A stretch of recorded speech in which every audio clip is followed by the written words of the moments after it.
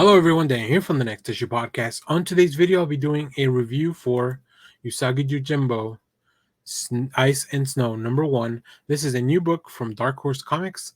Let's take a look at the creative team before we get into the book. This book has a story, art, and lettering by Stan Sakai with colors by Hi-Fi Color Design. Of course, Stan Sakai does everything.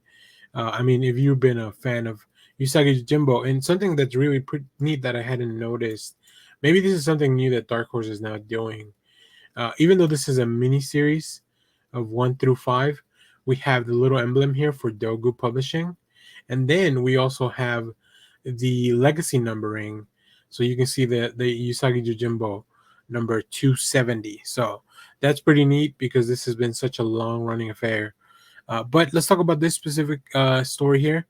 In this issue, Usagi and Yukichi, who's his cousin, are still in the snowy mountaintops of northern Japan.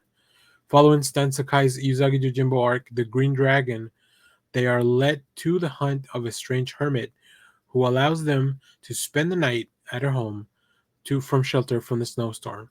Meanwhile, the maniacal Jay and his familiar Keiko are on Usagi's trail when they stumble upon a bandit lair and subdue the band of cutthroats and thieves. So, yeah, it looks like there is a little bit of continuity here, but I'm always hopping in and out of Usagi Yojimbo stories.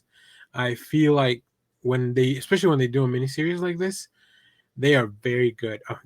Stan Sakai is very good at making sure that you get a complete story.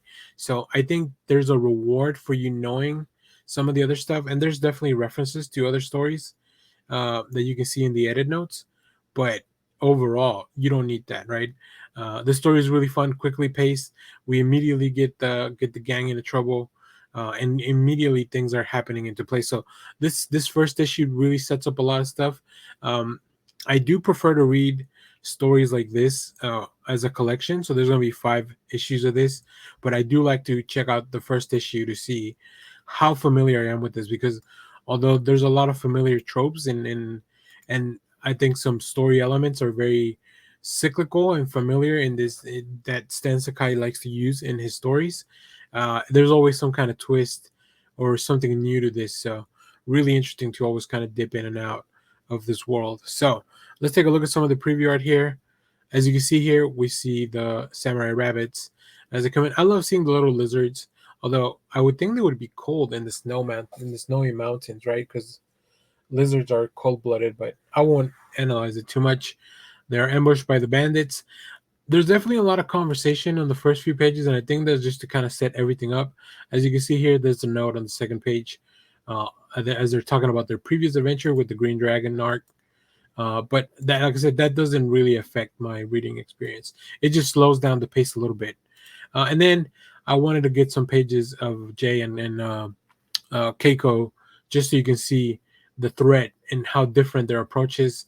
Also, they capture one of the little lizards, so that's very unfortunate. So, yeah, this was fun. I always love a Usagi Jimbo story. I love it even more when when it crosses over with TMNT, but that's not the case here. And yeah, I'm always down to check this out. Stan Sakai is a master at his craft, and just everything.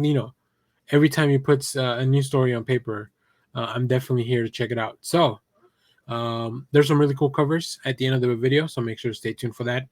And as always, if you have read this, let me know what you thought about it down in the comments. Stay tuned. We have more comic reviews, trailer reactions, TV recaps, all that fun stuff here in the channel. Thanks for watching, everyone. Bye-bye.